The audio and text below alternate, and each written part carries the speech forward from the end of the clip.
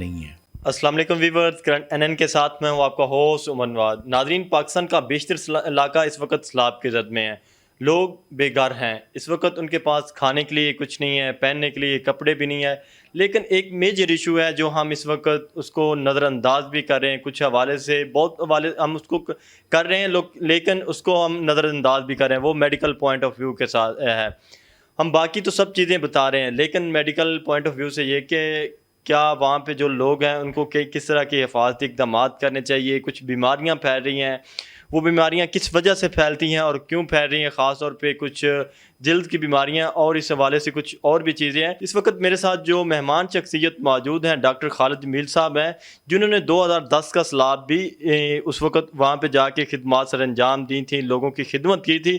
تو آئیے ان سے گفتگو کرتے ہیں اور ان سے جانتے ہیں کہ کس طرح ہم ان بیماریوں کے اوپر روک تھام کر سکتے ہیں۔ السلام علیکم جی وعلیکم السلام۔ ڈاکٹر صاحب، پاکستان کا بیشتر علاقہ اس وقت سیلاب کی زد میں ہے، تو کیا ہم بہت ساری بیماریاں پھیل رہی ہیں، تو کیا اس کا سدباب کیسے کر سکتے ہیں ہم؟ دیکھیں، اس وقت جو بیماریاں مینلی پھیل رہی ہیں ان کے اندر جو ٹاپ پہ ہے وہ گیسٹرو انٹرائٹس ہے۔ اور گیسٹرو انٹرائٹس کا مطلب یہ ہوتا ہے کہ جب آپ گندا پانی آپ پیتے ہیں تو پینے کے بعد آپ کے معدے کے اندر، آپ کی آنتوں کے اندر پرابلمس یا بیماری پیدا ہوتی ہے۔ اس سے آپ کو بار بار الٹیاں آتی ہیں، قے آتی ہے، اور اسی طرح آپ کو موشن لگ جاتے ہیں یا آپ کو ڈائسنٹری ہو جاتی ہے۔ جب آپ کو ڈائسنٹری ہو جاتی ہے تو پھر آپ کے اندر نمکیات کی کمی ہو جاتی ہے، پانی کی کمی ہو جاتی ہے، اور یہ بڑھتے بڑھتے اس حد تک بھی بڑھ جاتی ہے کہ اللہ نہ کرے اس سے کوئی بہت خطرناک کیفیت پیدا ہو سکتی ہے۔ تو اس لیے سب سے جو امپورٹنٹ بیماری کو روکنے کا اس وقت موقع ہے وہ یہ ہے کہ گیسٹرو انٹرائٹس سے بچیں۔ اب وہ کیسے بچیں؟ اس کے بچنے کا طریقہ یہ ہے کہ جہاں پہ آپ لوگوں کو کپڑے دے رہے ہیں، باقی سامان دے رہے ہیں، وہ دیتے رہیں بالکل، وہاں پہ صاف پانی کا انتظام کریں۔ اگر آپ بوتلوں میں پانی دے سکتے ہیں تو ٹھیک ہے، اگر آپ اس کے علاوہ دیتے ہیں تو کم از کم پینے والوں کو اس پانی کو 100 ڈگری پہ بوائل کرنا چاہیے، یا بوائلڈ واٹر یا منرل واٹر یا جو بھی صاف ستھرا پانی ہے اس کو پرووائڈ کریں، نمبر 1۔ نمبر 2، اس کے بعد پھر ایسی ادویات ہونی چاہیے کہ جو مثال کے طور پہ فوری طور پہ اگر پیٹ کا درد یا کوئی قے آ جاتی ہے، یہ ڈائسنٹری ہوتی ہے، تو اس کو روک لیں، کیونکہ یہ مرض اگر بڑھتا رہتا ہے تو اس کے ساتھ ساتھ کمزوری بڑھتی رہتی ہے۔ جب کمزوری بڑھتی رہتی ہے تو پھر آدمی ادموا ہو جاتا ہے، ایک قسم بیہوشی طاری ہو جاتی ہے اس کے اوپر۔ تو اس وقت ان کو ڈرپوں لگنے کی ضرورت ہوتی ہے۔ اگر آپ پانی وہ پی نہیں سکتا تو اس کو ڈرپس لگنی ہوتی ہیں، تو اس کی ضرورت ہے، وہ ظاہر ہے ڈاکٹر بھی بتا سکتے ہیں، وہ ان کو ملنی چاہیے۔ دوسری جو بیماری بہت زیادہ لوگوں کو لگ رہی ہے وہ سکن کی بیماری ہے، اور سکن کی بیماری کی وجہ سے سکن پہ ریشز پڑ رہے ہیں، سکن پہ خارش ہو رہی ہے، ایچنگ ہو رہی ہے، اور اس کی وجہ یہ ہوتی ہے کہ جو سیلاب کا پانی ہوتا ہے جب یہ ٹھہر جاتا ہے تو وہاں کی لوکل جو زمین ہوتی ہے اس سے جو نمکیات ہوتی ہیں، وہاں پیسٹیسائڈس ہوتے ہیں، وہ سارے مل کے ایک عجیب سا وہ بنا لیتے ہیں، لکوڈ بنا لیتے ہیں، کیمیکل بنا لیتے ہیں، اور وہ جب ٹکراتا ہے تو ٹکرانے سے آپ کو جلد کی بیماری ہو سکتی ہے، آنکھوں کی بیماری ہو سکتی ہے، ناک کی بیماری ہو سکتی ہے، کیونکہ وہ پانی ان کو ٹچ کرے گا۔ تو اس لیے یہ سیکنڈ موسٹ امپورٹنٹ چیز ہے۔ اس کے لیے آپ کو کیا کرنا چاہیے؟ آگے چل کے ماسکیٹوز پرولیفریشن شروع ہو جائے گی، تو آپ کو ماسپل وغیرہ استعمال کرنا چاہیے، مچھردانیاں استعمال کرنی چاہیے، اور اس پانی سے بچنے کے لیے خود کو اونچی جگہ پہ جو ممکن ہو سکتا ہے، سب تو نہیں کر سکتے، یہ کرنا چاہیے۔ پھر اس کے بعد تیسری چیز جو آ جاتی ہے وہ آ جاتی ہے یہاں پر بچھو ہو گئے، سانپ ہو گئے، ان کے کاٹنے کے کیسز آتے ہیں۔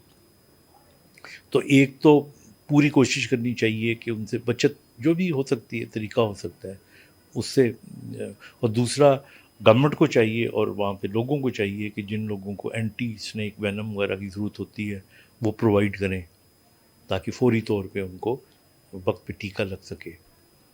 تو یہ ساری چیزیں تو ہو گئیں جو فزیکل ہیں۔ اس کے بعد میں آپ کو بتاؤں ایک بہت بڑا چنک ایسا ہوگا جو آج سے مہینے 1.5 مہینے ابھی شروع ہو گیا ہے۔ یہ وہ لوگ ہیں جن کے جو کھاتے پیتے لوگ تھے، اپنے ہاتھوں سے لوگوں کو خیرات دیا کرتے تھے، اب ان کا گھر نہیں ہے، سر پہ چھت نہیں ہے، تو وہ جو تکلیف ہے وہ تو اپنی جگہ، لیکن جو ذہنی تکلیف اذیت ہے اس کا تو کوئی مقابلہ ہی نہیں کر سکتا۔ تو یہ ڈپریشن میں پھر چلے جاتے ہیں، انگزائٹی میں چلے جاتے ہیں. پھر اسی طرح شخصیت تباہ ہو جاتی ہے. وہ چھوٹے چھوٹے بچے جو ہلے ہوئے تھے گھر کے ماحول کے، پکے گھروں میں رہتے تھے، اور وہ آج خیموں کے اندر رہ رہے ہیں. تو یہ سارا امپیکٹ ان کی ذہنوں کے اوپر پڑے گا. تو اس لیے یہ بہت ضروری ہے. اور میں خاص طور پہ یہ لفظ استعمال کرنا چاہوں گا کہ ان کی جو انا ہے ان کو ہرٹ کیے بغیر مدد کریں ان کی.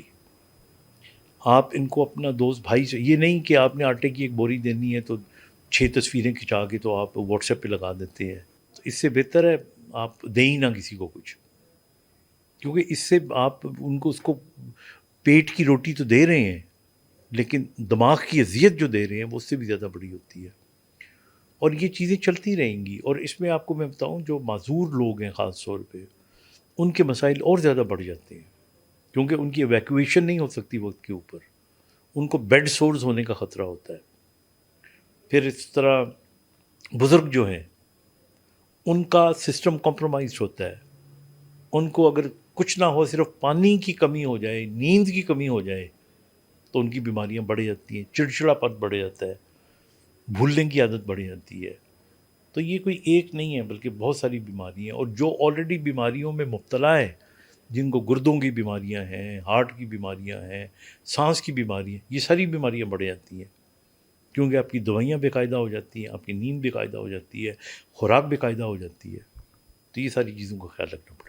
ڈاکٹر صاحب، آپ نے 2010 کا جو سیلاب ہے تب آپ نے خدمات سر انجام دیں، تو اس کا مشاہدہ آپ کا کیا کہتا ہے کہ سیلاب کے بعد ہمیں اور سیلاب کے دوران کیا ایسے اقدامات کرنے چاہیے، خاص طور پہ حکومت کو یا جو ہمارے رفاہی ادارے ہیں ان کو ساتھ ساتھ خوراک اور کپڑوں کے ساتھ ساتھ اور کیا اقدامات کرنے چاہیے تاکہ ہم ان بیماریوں سے بچ سکیں؟ دیکھیے 2010 کا جو سیلاب تھا، میں کوٹ ادو کے علاقے میں جاتا رہا ہوں اور وہاں پہ چھوٹی موٹی خدمت کرتا رہا ہوں. تو ہمارے جو لوگ ہیں ان کا جذبہ ویسے ہی ہے.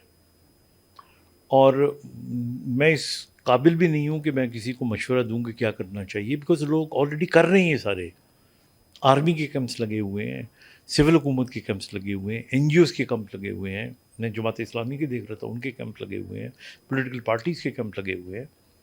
تو یہ جو کر رہے ہیں بہت اچھا کر رہے ہیں، ان میں مشورہ دینے کی ضرورت ہی نہیں ہے. صرف یہ ہے کہ ہمیں آئیڈینٹیفائی کرنا چاہیے جو ہم نے کیا. ایکسپرٹس کا کام ہے آئیڈینٹیفائی کرنا، ایڈوائز کرنا. جو سوشل ورکر ہوتا ہے اس کا کام ہوتا ہے اس کو پھر وہاں پہ امپلیمنٹ کرنا، اور حکومت کا کام ہوتا ہے اس کو امپلیمنٹیشن کروانا. ہمارا جب بھی کوئی ڈیزاسٹر آتا ہے تو پہلے ایویکویشن ہوتی ہے، پھر ایویکویشن جب ہو جاتی ہے تو اس کے بعد پھر مینجمنٹ کرتے ہیں، اس کی پروکیورمنٹ کرتے ہیں، اور اس کے بعد پھر ری ایبلیٹیشن کرتے ہیں. تو ری ایبلیٹیشن کا فیز ابھی شروع ہونے والا ہے. تو بس اپنا اپنا کام کریں سارا. ڈاکٹر صاحب، کیا جو بیماریاں وہاں پہ پھیل رہی ہیں، کوئی ایسا بھی خدشہ ہے کہ جو ہمارے محفوظ مقامات ہیں یہ بیماریاں آگے بھی بڑھ سکتی ہیں؟ جیسے کہ اب جنوبی پنجاب کے اندر سیلاب ہے، وہ سیلاب کی زد میں ہے، تو جو مثلا لاہور ہے یہاں پہ سیلاب نہیں ہے، تو ان بیماریوں کا یہاں پہ بھی کوئی بڑھنے کا خدشہ ہے کہ اس طرح کی کوئی جلد کی بیماریاں ہیں، کوئی اس طرح کی جو؟ نہیں، ایسا کوئی خدشہ نہیں ہے، کیونکہ یہ ساری بیماریاں جو ہیں نا وہ لوکل ہیں، اسی علاقے کی انڈیجنس ہیں، اس وقت اس علاقے میں ہو رہی ہیں. یہ خدا نہ خاصہ کوئی انفیکشن جیسے وائرل انفیکشن نہیں، اللہ نہ کرے جیسے کرونا ہے کہ وہ ایک جگہ پہ ہوئی تو پورے ملک میں پھیل جائے گی، دنیا میں پھیل جائے گی. ایسا نہیں ہے، یہ اللہ کا شکر ہے. یہ لوکل ہے، لوکلی کو کنٹرول کرنا چاہیے. اور ہاں یہ الگ بات ہے کہ وہاں کے بہت سارے پیشنٹ ہوں گے، وہ آئیں گے میو ہاسپٹل میں، باقی ہاسپٹلس کے اندر، اور ان کا ٹریٹمنٹ ہو جائے گا. لیکن ایسا نہیں ہے کہ یہ وبائی بیماری نہیں ہے. وہاں لوکلی وبا پھیل سکتی ہے، لوکل اس علاقے میں وبا پھیل سکتی ہے، لیکن وہ شفٹ نہیں ہوگی پورے.